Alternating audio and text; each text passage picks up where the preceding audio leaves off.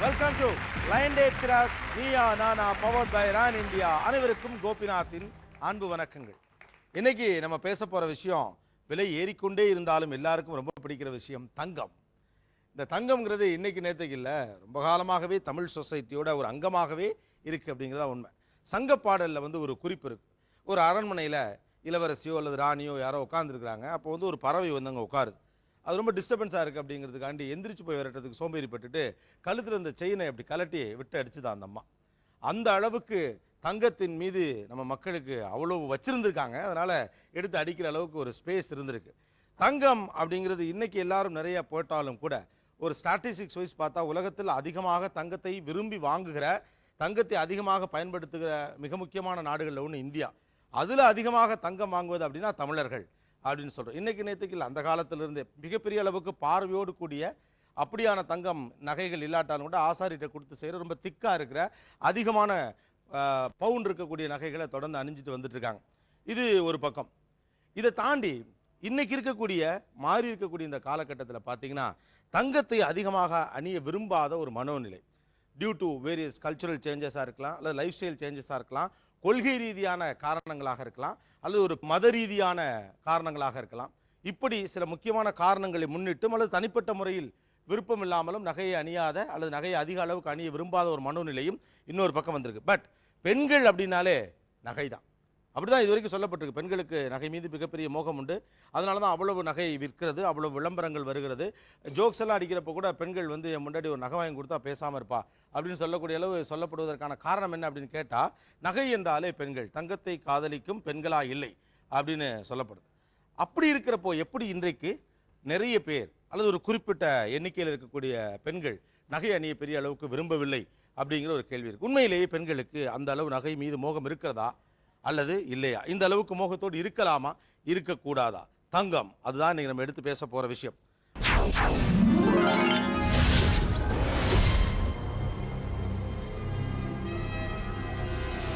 முதல்ல ஆர்குமெண்ட்டுக்குள்ள எல்லாம் போறதுக்கு முன்னால ரெண்டு சைட்லேருந்தே சொல்லலாம். தங்கம்ங்கிற அந்த ஒரு வார்த்தையை வச்சு, ஏன்னா நமக்கு ரொம்ப ப்ரீஷியஸான ஒரு விஷயம். கொஞ்சிறதுல தொடங்கி, பெயர் வைப்பதில் தொடங்கி, தங்கம் தொடர்பாக இருக்கக்கூடிய பழமொழிகளை தொடங்கி, அப்படி நீங்கள் கேள்விப்பட்டதெல்லாம் என்னென்ன, நீங்கள் கேள்விப்பட்டதெல்லாம் என்னென்ன? எங்கள் ஊரில் ஒரு பாட்டிக்கு ஒரு பேரன் பிறந்திருக்கான்னு உடனே அவங்கள கேட்குறாங்க, பேரன் எப்படி இருக்கான்னு. அதுக்கு அவங்க சொல்கிறாங்க, தங்கத்தை உருக்கி தரையில் விட்டா போல, பொண்ணை உருக்கி பூமியில் விட்டா போல, பவுனை உருக்கி பாயில் விட்டா போல இருக்கான் என் பேரன். அவ்வளோ ஒரு அழகா இருக்கான்றதுக்கு அந்த அழகுக்கு ஊமையே தங்கம் தான். மூணுமே தங்கம் தான். ஓகே, அடுத்து வேற என்ன?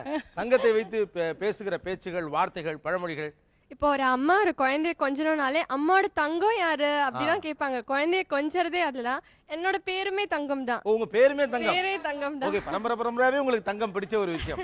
ஓகே, தங்கம் கொஞ்சறதோட மட்டும் இல்லாம உங்களுக்கு பேரும் தங்கம்னு வச்சுட்டாங்க. பேரும் தங்கம். ஓகே, வேற? குழந்தைகள் கலரா இருந்துட்டா பிரச்சனை இல்லை. இப்போ எங்களை மாதிரி கொஞ்சம் கருப்பா குழந்தை பிறந்துச்சுன்னு வச்சுக்கோங்க, அதுக்கு ஒரு பழமொழி சொல்லுவாங்க, காக்கைக்கும் தன் குஞ்சு பொன் குஞ்சுன்னு சொல்லுவாங்க. அப்பயும் பொன் தான் வரும். அந்த கருப்பு நிறத்தை கூட பொன் அப்படிங்கிற அந்த ஒரு தங்கத்தை வச்சுதான் கொஞ்சற வழக்கம் நம்ம நாட்டுல ஆரம்ப காலத்துல இருந்து இப்ப வரைக்கும் இருக்கு. சூப்பர். வேற? எனக்கு 2 குழந்தைங்க. நான் என் பையனை கூப்பிடுறது தங்கமணின்னு தான் கூப்பிடுவேன். தங்கமணி எங்க இருக்கான்? தங்கமணி எங்க இருக்காரு? எங்க இருக்கான்? எவ்வளவுதான் மாடர்னா பல கண்ட்ரீஸ் போனாலும் நான் இந்த பேரை கான்ஸ்டன்டாவே வச்சிருக்கேன். எனக்கு ஒரு பொண்ணு இருக்கா. பொண்ணை கூப்பிடும்போது என் வைரம் எங்க அப்படின்னா, மம்மி நீயும் வைரம் தானே அப்படின்வா. சொன்னா இப்படிதான் என் பிள்ளை. பேர் என்ன? அந்த பிள்ளைங்களுக்கு உண்மையான பேர் என்ன? அப்போ குழந்தையோட பேர், பொண்ணோட பேர் சுஷ்மா, பையனோட பேர் முகேஷ் ராஜ். ஓகே.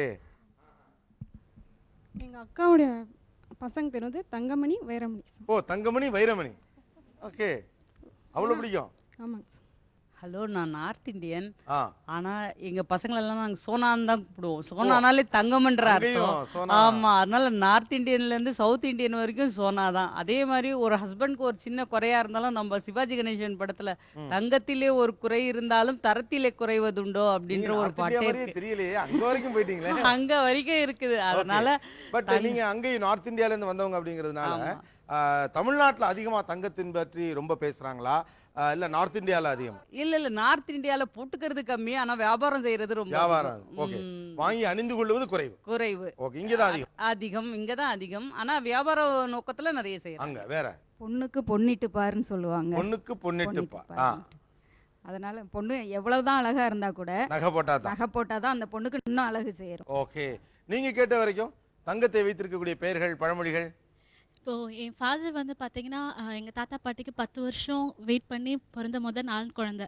அதனால் 10 வருஷம் தவம் இருந்து பெற்ற குழந்தைங்கிறனால எல்லாரும் கூப்பிட்றதுக்கு பாலகிருஷ்ணன் பேர் வச்சாலும் எல்லாரும் கூப்பிடுற பேர் அவங்க தாத்தா பாட்டி எல்லாரும் கூப்பிடுறது தங்கப்பன் சொல்லி தான் கூப்பிடுறாங்க.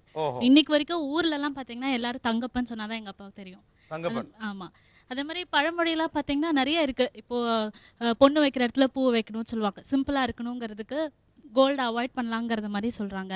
தங்கப்பன் பெற்றவங்களுக்கு தங்கம் பிடிக்கவில்லை. வேற ஜென்ரலி ரொம்ப நல்லா ட்ரெஸ் பண்ணிட்டு தங்கம் போட்டுட்டு வந்தாங்கன்னா தங்க ரதம் மாதிரி இருக்கு, தங்க தேர் மாதிரி இருக்கு அப்படின்னு சொல்லுவாங்க. அந்த தேரோட கம்பேர் பண்ணி அது அவ்வளோ பிரம்மாண்டமா இருக்கு அப்படிங்கிறதுக்கு. ஓகே தென் ஒருத்தரோட கேரக்டர் வந்து பரிசுத்தமானதுன்னா அந்த பையன் சொக்க தங்கம் மாதிரி இருக்கான் அப்படின்னு சொல்லுவாங்க. அருமையா நீங்க தாங்க சொல்றீங்க. ஒரு பையனோட கேரக்டர் அருமையா இருந்தா அவன பையன் இல்ல யாரோட கேரக்டர் பரிசுத்தம்னு சொன்னா இவங்க சொக்க தங்கம் அப்படின்னு சொல்றாங்க. Yes yes super super. நேரம் பொன்னானது. நேரம் பொன்னானது சொல்றப்ப பொன்னான நேரத்தை நீ எங்களுக்காக செலவழிச்சிருக்க, உங்களுக்கு பொன்னான நேரத்தை எங்களுக்கு செலவழிச்சதுக்கு ரொம்ப ரொம்ப நன்றி அப்படின்னு தான் சொல்லுவாங்க. Okay so time and gold. Gold இது மின்னுவதெல்லாம் பொண்ணு இல்ல என்னோட பாயிண்ட் ஆஃப் வியூ. ஆனா இங்க மின்ற அவ்வளவுமே பொண்ணு தான். எனக்கு ஒரு குட்டி பாப்பா இருக்கா. எனக்கு இப்போ தங்கம் பிடிக்கலனாலும் என் குட்டி பாப்பாவை எப்படி கூப்பிடுவேன்னா என் தங்கமே என் செல்லமே அப்படி தான் கூப்பிடுறது. முத்தமே அப்படி தான் கூப்பிடுறது. ஏன்னா அவளுக்கு அதுக்கு அப்படி செல்லமாக கூப்பிடுறச்சு அவளுக்கு ஒரு அவளோட முகத்தில் ஒரு ஹாப்பினஸ் பார்க்க முடியாது. ஓகே தென் வேற நான் என்னோட குழந்தைய தங்கமாக தான் கூப்பிடுவேன். நான் தங்கமா எனக்கு ரொம்ப விருப்பமாக வந்துச்சுன்னா தங்கமான்னு ஹக் பண்ணிக்குவேன் அவளுக்கு நான். ஆனால் உங்களுக்கு தங்கம் பிடிக்காது. ஓகே. எங்கள் பாட்டி வந்து அந்த காலத்துலேயே பிரசிடென்சி கான்வென்ட்டில் படித்தவங்க. இப்போ ஏதாவது உங்களுக்கு என்ன தெரியும் அப்படின்னு நம்ம ஏதாவது சொல்லிட்டோம் அப்படி ஹர்ட் பண்ணிட்டோம் அப்படின்னா ஓல்ட் இஸ் கோல்டு தெரிஞ்சுக்க. Old is gold. மலையாளத்தில் வந்துட்டு ஒரு பழமொழி இருக்குது, பொண்ணு கூடத்தில் எந்தன்னு பொட்டு அப்படின்ட்டு. ஸோ அது வந்துட்டு என்னென்னா உண்மையாகவே அழகாக இருக்கிறவங்களுக்கு வந்துட்டு கோல்டு போடணுங்கிற அவசியமே இல்லை. அதுதான். ஓகே. போதும் என்ற மனமே பொன் செய்யும் மருந்துன்னுவாங்க. ஓகே அங்க தங்கத்தை ஒப்பிடுவாங்க. பழைய காலத்தில் பாட்டு எப்படின்னா பொன்னை விரும்பும் பூமியிலே என்னை விரும்பும் ஒரு உயிரே. அப்போ ஒரு உயிரை விட ஜாஸ்தியா லைக் பண்றது நம்ம தங்கத்தை தான். which is I think very bad. இதுவரை கண்டுபிடிக்கப்பட்ட தனிமங்களிலேயே தங்கமும் பிளாட்டினமும் மற்ற வகையான காற்று நீர் அமிலம் இதெல்லாம் பாதிக்கப்படாது. அதனால தங்கத்துக்கு வந்து அந்த மாதிரி ரெசிஸ்டன்ட் பவர் ஜாஸ்தி. அதனால தங்கம் மாதிரியே எல்லா தனிமத்தையும் மாற்றணும்னு ஒரு 100-200 வருடங்களுக்கு முன்னாடி வேதியியலாளர்களே முயற்சி பண்ணியிருக்காங்க. அவங்கள ஆல்கெமிஸ்ட்னு சொல்லுவாங்க. என்ன படிக்கிறீங்க? கெமிஸ்ட்ரி. Okay good. நல்ல விஷயம். எஜிப்டியன்ஸ்ல வந்து அவங்க இறந்ததுக்கு அப்புறம் அவங்க கோல்டன் காஃபின்ல வைப்பாங்க with all the ornaments. They believe that இறந்ததுக்கு அப்புறமா ஒரு லைஃப் இருக்கு. அவங்கள திரும்ப எடுத்து பார்க்கும்போது அவங்க எப்படி வாழ்ந்தாங்கங்கிறது தெரியறதுக்காக அவ்வளவும் போட்டு அமுச்சு விடுவாங்க. ஓகே அந்த அளவுக்கு தங்கம் ஒரு சோஷியல் ஸ்டேட்டஸ். எல்லாத்தையும் born with a gold crown, born with a silver spoon அந்த மாதிரியே கம்பேர் பண்ணுவாங்க யாரா இருந்தாலும். ராயல்டி ரிச்னா கோல்ட் தான். கோல்ட். ஓகே. எங்க வீட்ல வந்து எனக்கு எவ்வளவு ஏஜ் ஆனாலும் இன்னும் எங்க அம்மா அப்பா என்ன பங்காருன்னு தான் கூப்பிட்டுட்டு இருக்காங்க. பங்காருன்னா தெலுங்குல தங்கம். ஓகே. தங்கம் அணியாத கடவுள் படத்தை பார்க்கவே முடியாது. எந்த கோயிலையும் அதே மாதிரி தங்கம் போடாத சுவாமி சிலையை எங்கேயுமே பார்க்க முடியாது. ஓகே. ஒரு நகைக்கடை பார்க்கும்போது, ஒரு டிவில நகைக்கடை விளம்பரத்தை பார்க்கும்போது உங்க மனசுக்குள்ள என்னெல்லாம் தோணும்? அட்லீஸ்ட் போய் வாங்குறமோ இல்லையோ போய் விண்டோ ஷாப்பிங்காவது பண்ணிட்டு வரணும். வேடிக்கையாவது பார்த்துட்டு. ஓகே. இப்போ பார்த்தீங்கன்னா நான் வந்து ஒரு விஜே மதுரையில். ஸோ வந்து உடனே எனக்கு ஒரு காம்பேரிங் போனால் உடனே எல்லா நகையும் எனக்கு பிடிச்ச எல்லா நகையும் மாட்டிப்பேன். ஸோ வேகமாக ஒட்டியானம் ஓகே போட்டுக்கலாம். எதுக்கு எடுத்தாலும் ஏன்னா நம்ம மறுபடியும் ஒட்டியானம் போடுவோமா போடாத தெரியாது. பட் ஆனால் அந்த ஒட்டியானத்தை மாட்டிக்கிறதுக்கு எனக்கு ரொம்ப ஆசை. வேற ஒரு நகைக்கடை பார்க்கிற போது என்னெல்லாம் தோணும்? நகைக்கடைக்குள்ளே போன ஒன்று எனக்கு குட்டிலேருந்தே ஒரு ரொம்ப ஆசை இருக்குது. ரொம்ப என் ஃப்ரெண்ட்ஸ் எல்லாருக்கும் ஃபேமிலியில எல்லாம் தெரியும். சின்னதுலேருந்து என்னுடைய கட் அவுட் டி நகர் ஜுவல்லரி ஷாப் எங்கேயாவது பெருசாக வைக்கணும். இந்த ஷோ பார்த்துட்டு கூட யாராவது கூப்பிட்டா நான் ஜுவல்லரி ஷாப்புக்கு போய் ஒரு கட் அவுட் ஒன்று என் லைஃப் ஆம்பிஷனே அதுதான். என்னது ஒரு கட் அவுட் அந்த ஜுவல்லரியில் தான் போட்டு இந்த ஸ்ரேயா ஹசன் மாடலிங் அந்த ஜுவல்ஸ் எல்லாம் போட்டுட்டு ஏதாவது ஒரு ஜுவல்லரி ஷாப்ல என்னோட பிக்சர் பெருசா நான் திருப்பி எல்லா ஜுவல்ஸும் கொடுத்துறேன் கூட. அதெல்லாம் போட்டு ஒரு ஸ்டில் எடுத்து ஏதாவது ஒரு ஜுவல்லரி ஷாப்ல என்ட்ரன்ஸ்ல இல்ல டி நகர் அந்த கட் அவுட் அந்த மாதிரி பாக்குறச்ச ரொம்ப ஏங்குவேன். வேற நகைக்கடை பார்க்கும்போது என்ன உணர்வு வரும் சார்? அந்த நகைக்குள்ள கடைக்குள்ள போகும்போதே வந்து ஒரு ஹெவன்லி ஃபீலிங். இதெல்லாம் நம்மளுக்கு இப்போ சொந்தமானதா இருந்தா எப்படி எப்படி இருக்கும் இருக்கும் ஏன்னா இதான் நான் எனக்கு கேக்குறேன் அவ்வளவு ஒரு பைத்தியம் நகை மேல ஆ, சோ அவங்க வந்து எதிர்க்க நிக்கிறவங்க கேட்பாங்க இல்லையா நம்ம கிட்ட என்ன வாங்க வந்திருக்கீங்கன்னு அதெல்லாம் எனக்கு காதுல விழாது எனக்கு அப்படியே அந்த நகையெல்லாம் பார்க்கணும் ஃபர்ஸ்ட் என்ன நல்ல டிசைன் இருக்கு அவங்க அதுக்கப்புறம் நம்மள பார்த்துட்டு விட்டு 2-3 தடவை கேட்பாங்க விட்டுருவாங்க நான் எல்லாத்தையும் ஒரு ரவுண்ட் போயிட்டு it should be a peculiar thing that we are wearing யூனிக்கா இருக்கணும் நம்ம போட்டாலே யாராவது என்ன அப்படின்னு கேட்கணும் அப்படின்ற ஃபீலிங் தான் எனக்கு வந்திருக்கும் எப்பவுமே அதனால heavenly feeling one heavenly feeling you know, சொல்லலே it's so உங்கள்ட்ட அந்த pleasant, பூரிப்பு you தெரியுது cannot express.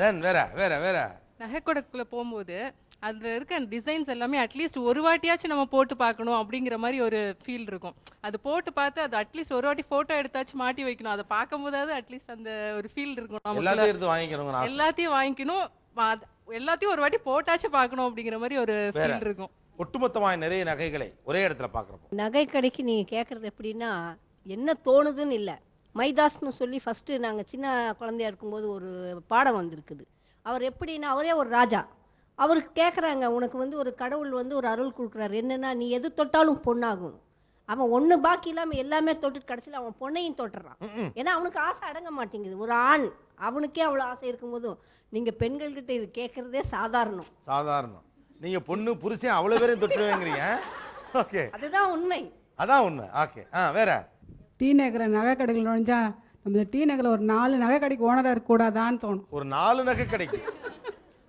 நைட்டில் கனவுல கூட நகையெல்லாம் போட்டு இருக்கிற மாதிரி தான் கனவு வருது கனவுல கூட நகை நிறைய போட்டுக்கணும் எந்த ஃபங்க்ஷன் போனால் நகை போடணும் சேர்த்து வைக்கிறதுலாம் கோல்டாக இருக்கணும் நிறைய கோல்டுன்னு அவ்வளோ இன்ட்ரெஸ்ட் நகைக்கடை மாடல் நகைக்கடை ஓனர் நீங்க வேணா ஒரு நகைக்கடை ஓனர் ஆகி இவங்களை வேணா மாடல் ஆக்கிறீங்களேன் சார் நான் வந்துட்டு ஒரு பேங்க்கில் வேலை பார்க்குறேன் சார் நான் வந்து ஈவினிங்ஸ் ஏதாவது பேங்க்கில் மூட் அவுட்டு இல்லை வீட்டில் ஏதாவது காலைல பிரச்சனை மூட் அவுட்டுன்னு வச்சுக்கோங்க நான் ஒர்க் பண்ணுற அந்த ரோட்டில் ஃபுல்லாக நகைக்கடைங்க தான் எனக்கு போய் அந்த நாக்கு மூடே சரியாயிடும் நகைக்கடை போய் பார்த்தாவே போதும் ஒரு பயங்கர எல்லாமே எல்லாம் அந்த துக்கம்லாம் மறைஞ்சு போயிடும் அவ்வளோ சந்தோஷமாக இருக்கணும் உள்ளே போனால் கேட்கவே வேண்டாம் எல்லாத்தையும் ஜஸ்ட்டு பார்த்து எல்லாம் போட்டு பார்க்கணுன்னு ஆசையாக இருக்கும் எல்லாத்தையுமே ஒரு முறை போட்டு பார்த்துட்டு வெளியில் வந்தால் மனசே லேசாகிடும் சே உலகத்தில் இதை விட என்ன சந்தோஷம் இருக்குது அப்படின்னு எல்லாமே மாறி போயிடும் சார் தங்க நகைகளை விரும்பும் பெண்கள் தங்க நகைகளை விரும்பாத பெண்கள் தொடர்ந்து பேசுவோம் ஒரு சிறிய இடைவேளைக்கு பிறகு ஸ்டே டியூன் வித் அஸ் லைன் டேட் சிறப் Neeya Naana powered by Ron India